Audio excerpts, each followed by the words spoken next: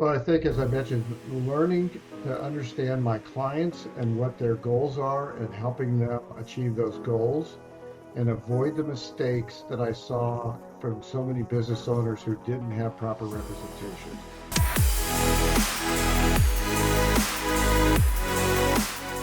Welcome to the Build to Millions podcast, where we guide successful entrepreneurs and investors on their journey from millions to billions. And we believe that the key to scaling your wealth and compounding your impact is by practicing every single day a mindset of stewardship over ownership and applying billionaire biblical principles. Our ultimate goal is to help you grow your business and ultimately exit in a really big way to make a huge impact, and also do that along the way. And in fact, our next guest, it couldn't be more spot on for exactly what you're going to want to hear today. We're going to be talking about stewarding your business exit and some of the best practices to make sure you're doing this to maximize value and make a big impact. In fact, every single episode, we're trying to bring on the best entrepreneurs, millionaires, and billionaires to share their top secrets and wisdom. And our next guest is not going to be an exception, because he has been in this MA business advisory consulting world for a long time. And he has tremendous amount of experience. He's out of the Kansas City area. And he's with Raincatcher, and raincatcher.com is where you can find him. Please welcome to the show with me, Cameron Bishop. Cam, how are you doing today? Thanks for having me on. Absolutely. And for listeners, get to know you for the first time, maybe give us a little bit more about your story and now your current focus. Yeah, quick 25-cent version of my story. It's an unusual path. Started my career as an ad copywriter in a media company. That media company was sold by a major Fortune 100 to a major Fortune 100, and that company said, "Hey, we like your business. We want you to go buy companies." They didn't tell us how to do it. It was like taking a 6-month-old baby, dropping it in a pool, and saying, "Swim." They had the money, and we had the manpower, so we started buying. And you rapidly get a PhD in company acquisitions in that process. So over the years, helped build a company from 7 million revenue to 400 million. Ran that company for the last couple of years. Went out, started my own company with private equity backing from JP Morgan Chase Bank's private equity group. Built another company from my kitchen table to about 120 million in revenue. Then did a small turnaround and consulted as an exit and transition planning consultant for about 5 years. Did a 3-year turnaround on a $60 million 501c3 and said, what do I want to do less? I had acquired about 50 companies, sold another 20, and I said, I like the M&A space. Found Raincatcher, which is a great firm, what we call a lower middle market investment bank. So kind of companies that the big banks don't want to touch because they're not big enough. So our clients are in about any industry you can think of, generally about 2 million in EBITDA to generally about 10 million. So that's a real sweet spot that is underserved by the big banks, and most of those are too big to be well represented by a traditional Main Street business broker. Perfect, Cam. This is fantastic, and love the background. Before we dive into the best practices to steward your business exit, I want to take one other step back. I believe we'd all be given certain gifts, and these gifts have been given to us by God to be a blessing and help to others. Some people call them strengths, some people call them superpowers. I'm curious, what would you feel is like your 1 or 2 gifts that you were given, and how does that help how you bless people today? Yeah.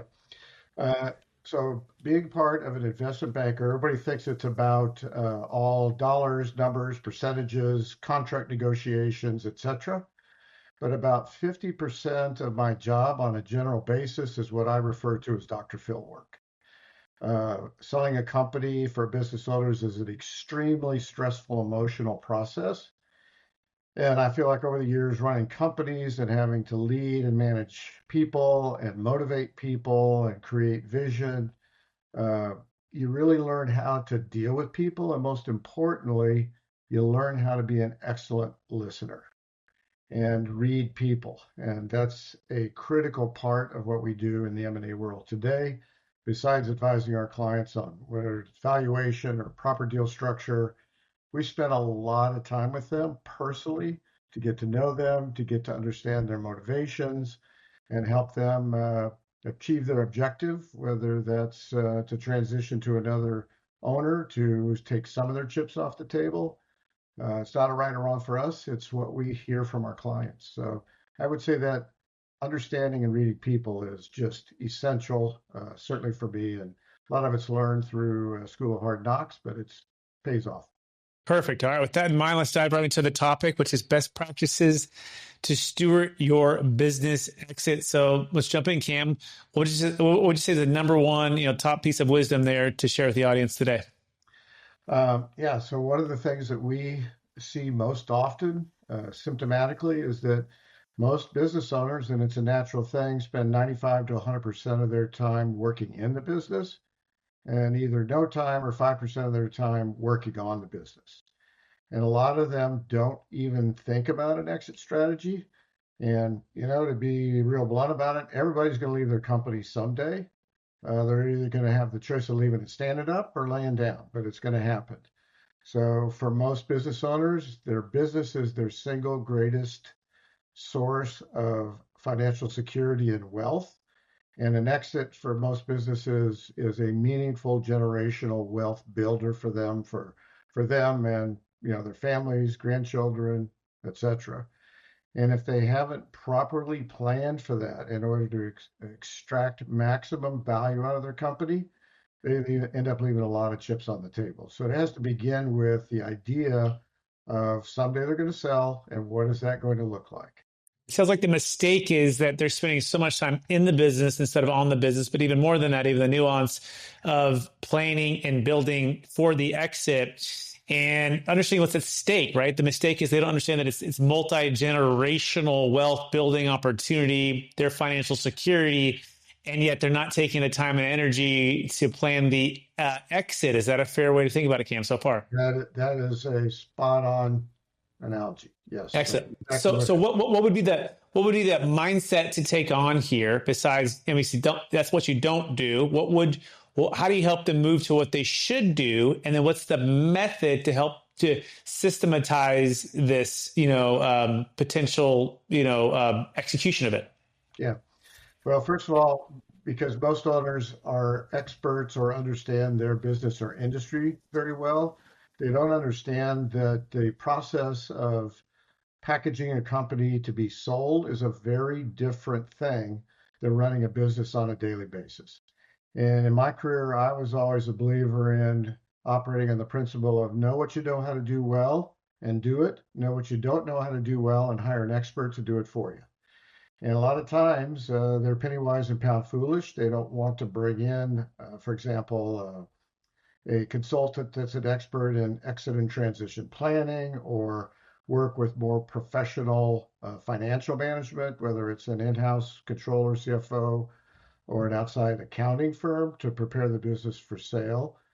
And a big part of that is that running a company on a daily basis for income generation and profit or profit distributions and tax avoidance is a very common way for companies to be run. And most owners don't understand that running a business in that manner is not necessarily the best way to extract maximum value during an exit process. Okay, so sounds like the system or the method is to first of all clarify what you do great, what you don't do great, right? Hire out what you don't do great, do what you do really well. Bring in those the fractional CFOs, bring the CFOs in, bring those experts like yourself to coach them through how to get this business, not just temporary tax efficiencies, right? But long term, big exits. Is that a fair way to summarize that what you just said there? Yeah, it sure is. So Okay. when it comes to really preparing the business, there's some really fundamental things, or oftentimes they're mistakes, but they're factors that a business owner really needs to look at in terms of maximizing value for the business. So number one probably is to have professional accounting. Uh, Brett, I can't tell you how many businesses that we have to turn away that would like to sell because they really have no understanding, believe it or not, of whether they're even profitable. They run on I call checkbook accounting, where if they got cash in the bank, they pay their bills. And a lot of them are fairly cash flow positive. So that's both a good thing and a bad thing because it causes people to relax or take their eye off the ball. We see very poor accounting, especially around inventory control and management. Most owners, if they're doing accounting, are doing it on a cash basis versus an accrual basis. And most buyers for businesses want to see accrual-based accounting. So we see a lot of companies that could otherwise likely be sellable that aren't or won't be for a long time till they spend a lot of money fixing their accounting. Let's dive into that. Like, what would make, what's the difference there? Cash versus accrual. And I mean, why does it make such a big difference? I guess is a better way to put it. And that's a great question. So if they're doing cash basis accounting, there isn't a direct correlation between their costs, particularly at the cost of goods level, and the revenue. So that makes it more difficult for cash flow management, especially for a buyer who's most likely going to add debt to the business. And they're going to need to understand what free cash they have to work with to continue to invest in the business, as well as to pay down the debt that they put on the business when they buy it. So their costs may hit 1 month and the revenue may hit a month before or several months later. A lot of cases, if they take advanced deposits, they're literally using that cash sort of as their own internal bank. And so they don't really know how stretched they are cash flow wise because they're just continuing to fund the business through future cash deposits. The Okay. accrual basis they're lining up their costs with their revenue. So that's GAAP-based accounting that becomes auditable. And buyers are going to do their own audit of the business, usually called a buy-side quality of earnings. And it's going to have to be really buttoned up for a buyer to have any confidence in those numbers. Okay, so I think the key here, it sounds like it's auditable when it's accrual. If it's not accrual, it's not going to be as auditable or maybe not at all auditable, which means you get less certainty of execution, less certainty of the numbers from a buyer, therefore lower price. Is that either way to simplify it? You're spot on. Yeah, that's very correct. Or you Yep. maybe don't get a buyer at all, or Yeah. the owner He passes you over for the next one. He goes, great, let's find another one in the industry that has clear numbers that I can get, solid, dependable financing too, because all of this matters. The banks are also going to want to underwrite this as well properly, correct? Yeah, absolutely. The banks, they don't have any tolerance for sloppy numbers. Right. Okay, perfect. So that makes sense. Okay. You said there's two more. You said there's top three things. So professional accounting, number one. What's number two on this part here? Yeah, so number two is really what the owner's role is in that company. So we see a lot of businesses that have what I would call critical owner dependency, where they may be the key point of contact for all the customers. If it's some kind of a very unique or technical business, they may be the holder of that key knowledge. And all buyers are risk averse. They want to buy a business, but they want as little risk as possible. So if they see a business owner where the business's success is totally dependent on that person, then it's usually a red flag for them. They either won't do the deal, they will require the owner to stay on for an extended period of time, or they will discount what they're willing to pay as part of risk mitigation, or they may restructure the deal to reduce their potential risk of the deal by having the owner carry back a loan or have an earn-out structure so that they don't carry the risk if things fall off. Okay, I want to break this down because we're in a very niche business myself. I mind if I kind of apply a little bit to what we do, right? So we do a really specialized niche capital gains tax, basically plan for owners of Bitcoin business or real estate when they exit, multi-million-dollar exits.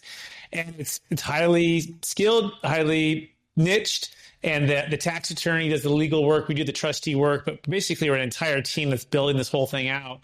And most people don't know how to do it or they've never heard of it. And so I can see for myself, right? If I'm not training and coaching and bringing others with this skill set and this knowledge on that, it's going to be tough if I wanted to sell because they could say, hey, Brett, it's all in your brain, right? And you all that skill set. Is that kind of what you're saying there, Cam? Yeah, it's just one key word there that makes the difference. And you said you have a team. Yep. So most business, and it sounds like you are training and developing your team. Correct. Most business owners, again, because they're not focused on exit strategy and value creation, they don't delegate or they don't have a successor planned. And one of the biggest reasons they don't, again, is as I said earlier, they're running the business for maximum income, maximum distributions or profit, and tax avoidance. Well, if you're investing in your team and developing a succession plan, that generally means that you're spending more money at an operating level, especially if it's going to involve bringing in a number two who could succeed you.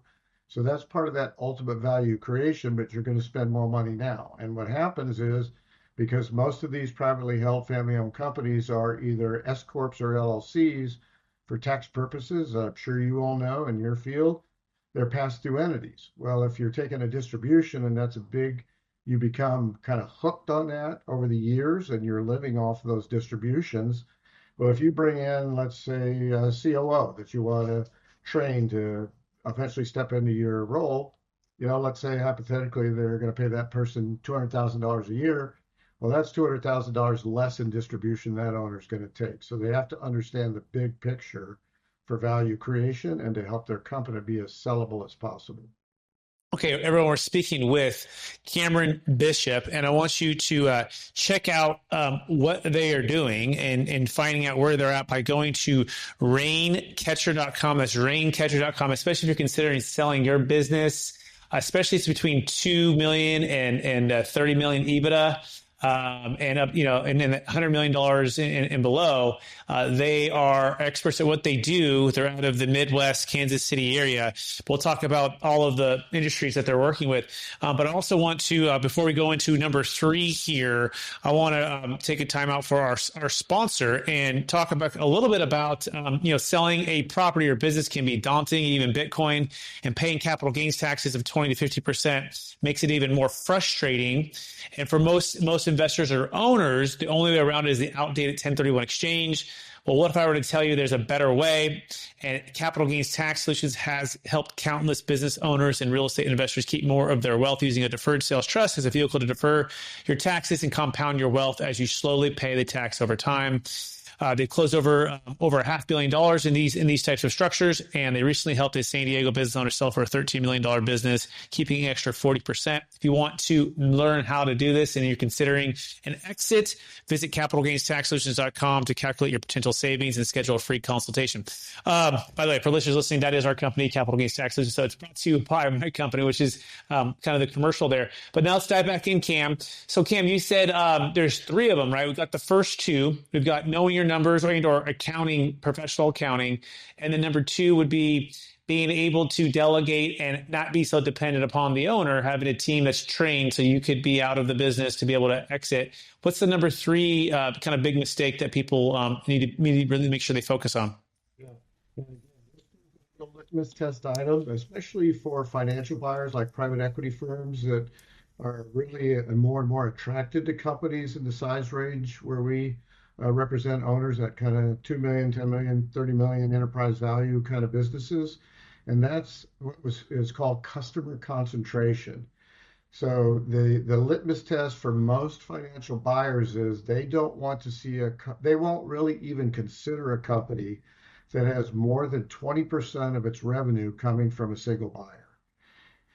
And a lot of them have an even lower threshold. So when we're representing a business owner, we do a lot of marketing outreach to either strategic buyers or targeted buyers. And with financial buyers or family offices who are interested in a business like that, that's one of the first questions we get asked. Those 2 questions: what's the owner dependency and what's the customer concentration level? I'll give you a really quick kind of sad story that combines the 2 of those. I was representing the owner of a small marketing firm that also was heavily involved in the premiums incentives business in Southern Michigan a couple of years ago. He was an extremely talented guy, had won a lot of awards for his marketing creativity. And he represented one large client that had multiple divisions, and that client represented 50% of his business. And we found 6 buyers who made formal competitive offers for his business. but because of the level of customer concentration and the level of buyer or of owner dependency, none of them were willing to pay any cash up front. They offered him a salary to stay on for 2 to 3 years, which is not something he wanted to do. And every other part of his payout was his pay for the business was going to be an earnout structured over 2 or 3 years. So those buyers saw a huge risk, but they saw a huge opportunity, but they weren't willing to pay up front for that opportunity. That buyer, or excuse me, that seller ultimately turned down all 6 offers. He was very upset that nobody offered him any cash up front.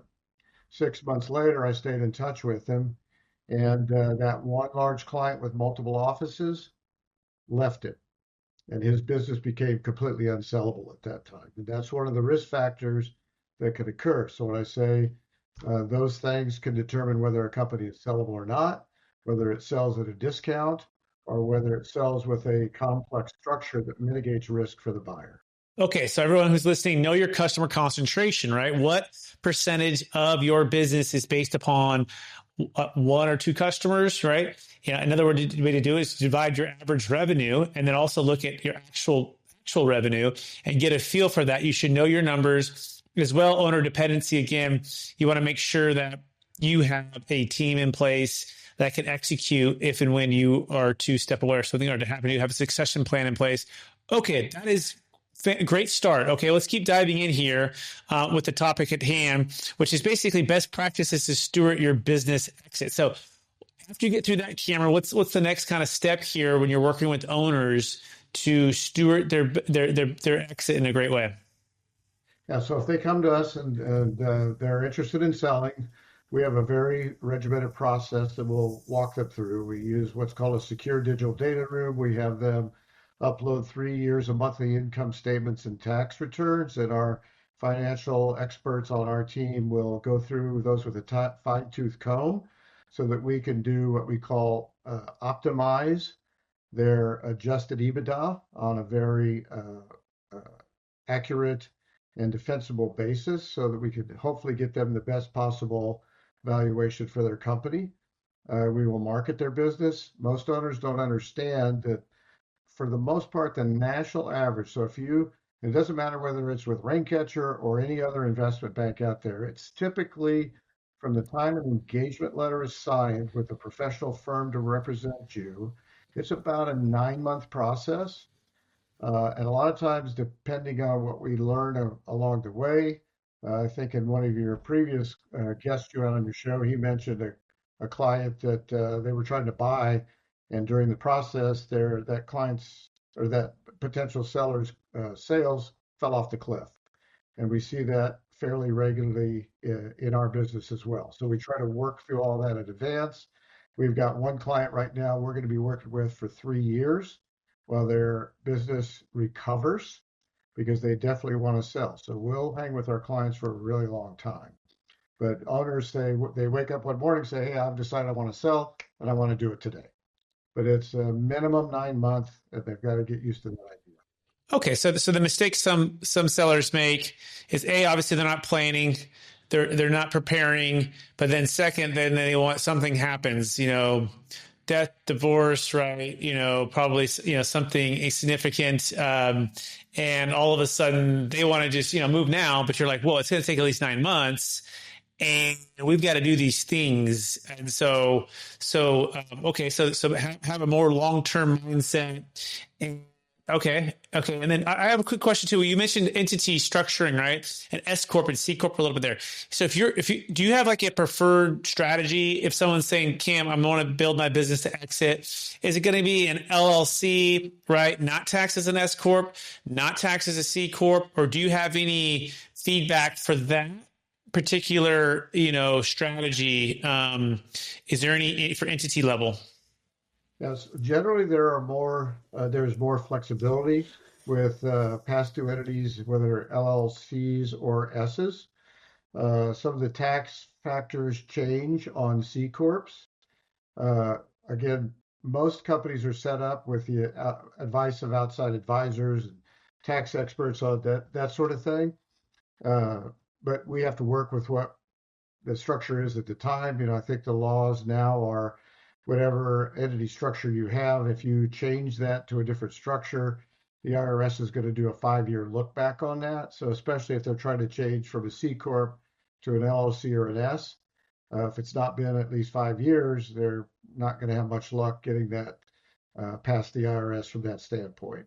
Yep. Okay. Excellent. Let's keep moving here. Okay. So, what would be the next step here that you're helping people once they've done what we've just talked about? Anything? What comes next? Yeah. So we try to educate well, first of all, as I talked about at the very beginning, we really like to get to know our clients on a personal level and what their priorities are. Because when we're looking at offers on a business, we're evaluating those on 3 to 4 kind of basic criteria. So we're looking at an overall valuation at the enterprise value level that a buyer is proposing in either an indication of interest letter or a letter of intent. We're looking at their deal terms. We're looking at their offer structure, but we're always also looking at buyer fit. And because most business owners are, rightfully extremely proud of their business, it's been their baby, it's been their life, it may be a second or third generation, they have a loyalty to their employees. They want to make sure their company's taken care of, their employees are taken care of. A lot of times the brand or name of the company is very important to them to be sustained. So those are all factors we're looking at once we understand the emphasis that the buyer has. And everybody has different priorities. Some owners just want to sell and walk away. They don't care who the buyer is, just give me the biggest number. That's the exception rather than the rule.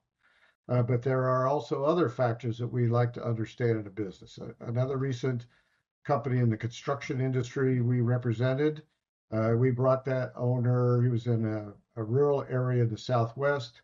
So his mindset was kind of different from, say, East Coast, New York City kind of firm. We brought him 5 offers for his business. 1 strategic, there was a Western-based company, and 4 financial buyers.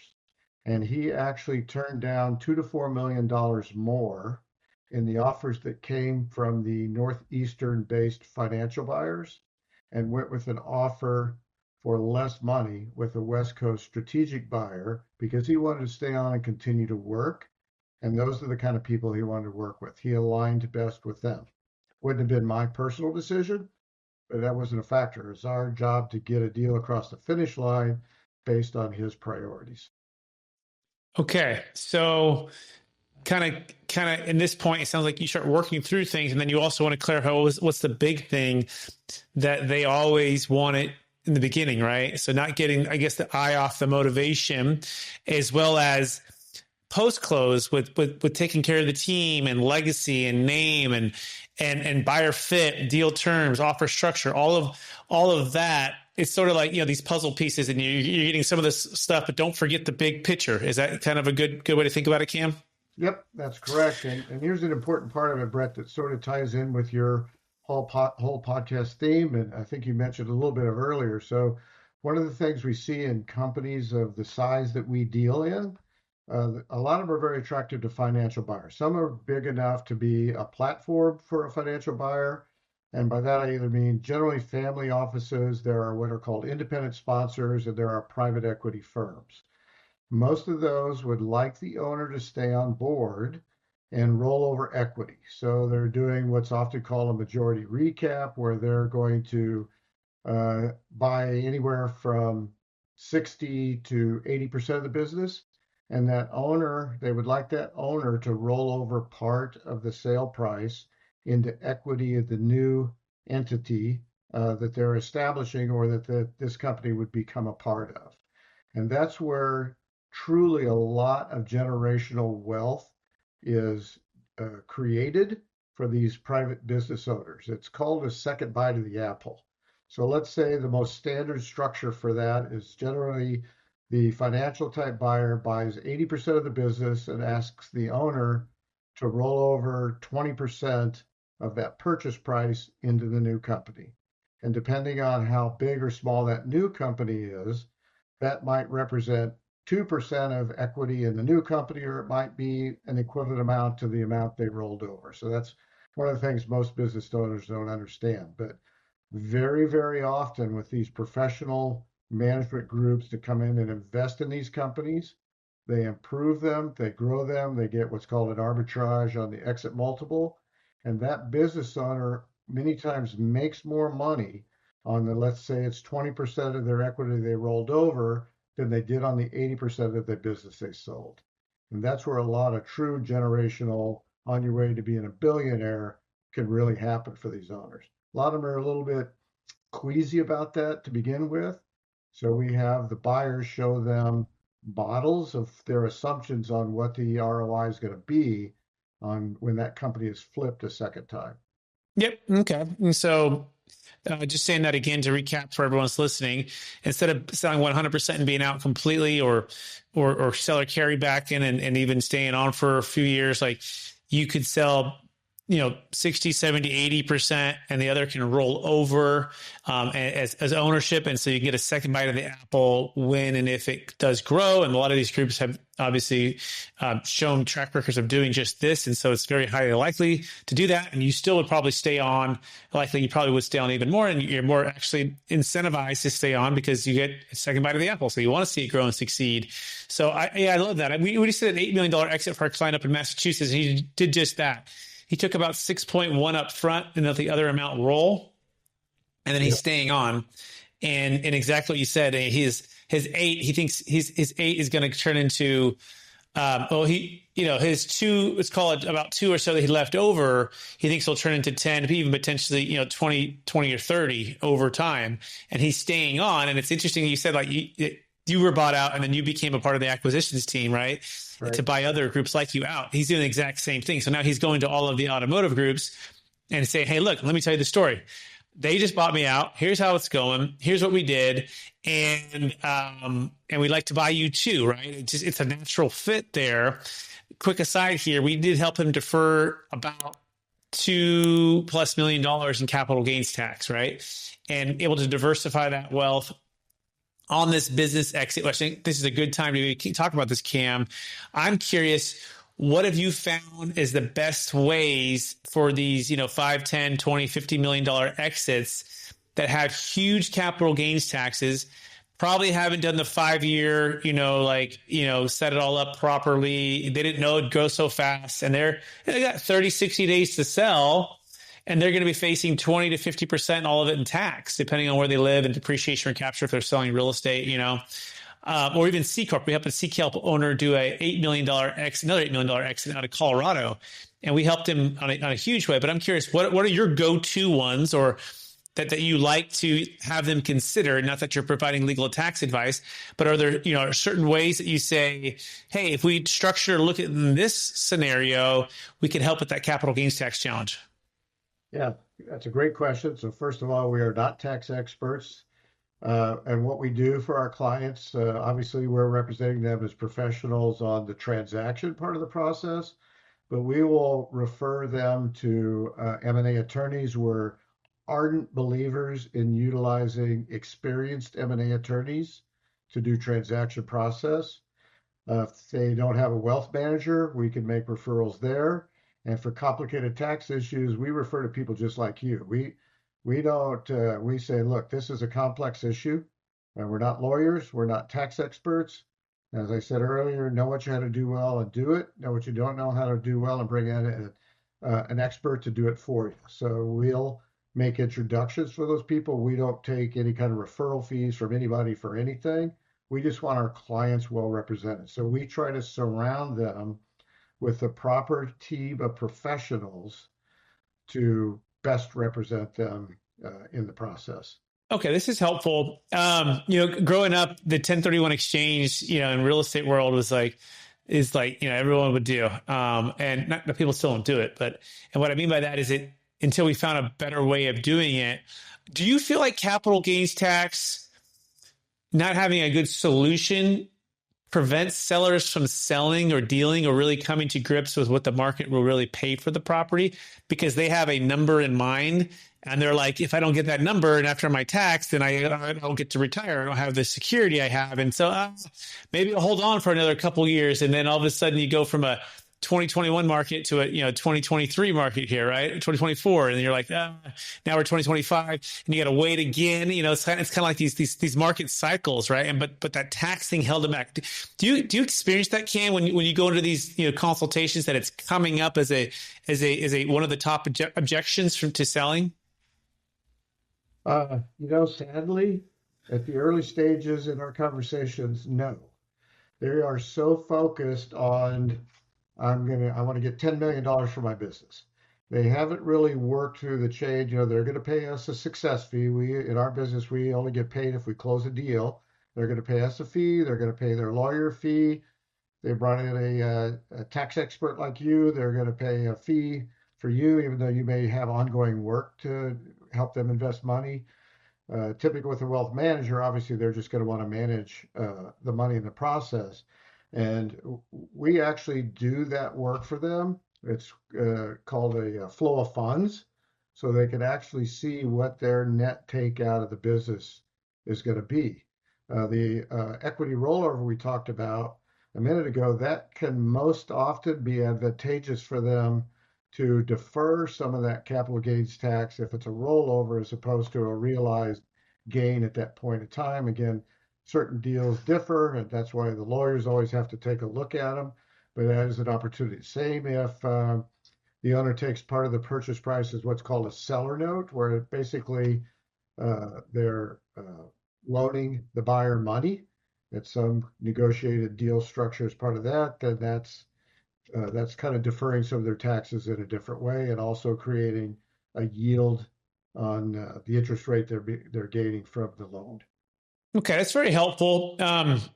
So we found that sometimes if you carry back, right, then it's obviously it's tied to the success of the business, and it does great. That's I like the second bite of the apple, because you have more chance of the upside. But if you just carry for them, your capital is tied, and it's just a note, right? And it does defer the tax, and that's good for a period of time. But a lot of those are like 3 to 5 years, and then there's a refi, and then they get paid tax anyways. And so that one is interesting.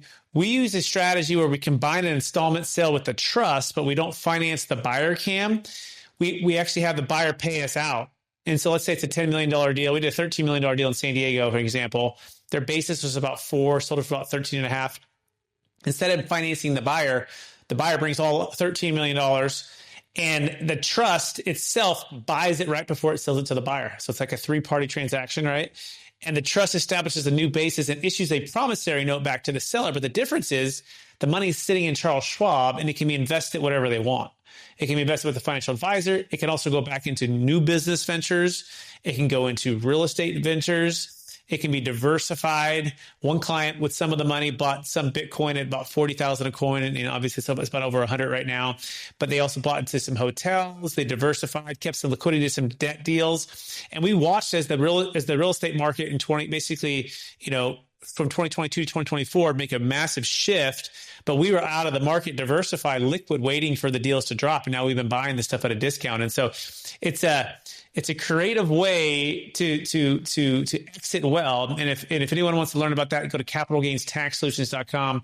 We also wrote a book on it called Building a Capital Gains Tax Exit Plan with Kevin Harrington from Shark Tank. So I think the entrepreneur to be a great steward with their wealth is, I guess, is kind of wrapping up our conversation here. When they exit, it's not just the business exit to get the prep work done, to get the numbers in place, to get the highest price and the best terms, right? But it's also where the capital is going to land, right? With an extra 20 to 50%. This $84 to $100 trillion wealth transfer in the next 15 years from the baby boomers is massive, the largest wealth transfer in the history of the planet. And we're on this front line, right? Where if the government, we believe, gets the majority of that money, they're going to not spend it as efficiently. And therefore, it's not going to make as big of an impact. But if it can stick with the families and the causes that they believe in and give the flexibility to create wealth multi-generationally, it's an absolute game changer. But we've got about 15 years here. So as we wrap this up, Cam, this baby boomer, large business sales, it's just accelerating, 10,000 turning 65 every day, over about 80 million in the U.S. alone. Let's just talk to us about what's at stake here in this next 15 years. Yeah. Yeah, happy to. But first, let me say your tax structure you just described, setting up the trust, I'm very familiar with that, and it's a very effective tool for the right kind of sellers that understand those concepts. So yeah, good for you. Thank It's a you. great tool. Appreciate In it. terms of baby boomers, the fascinating thing is, most of the boomer generation, they don't have children who are willing to run the business.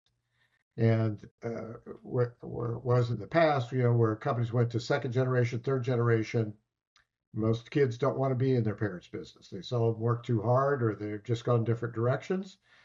And if they don't have a proper succession structure where they could sell the company to employees, then they don't have any other alternative but to go to a traditional sales process.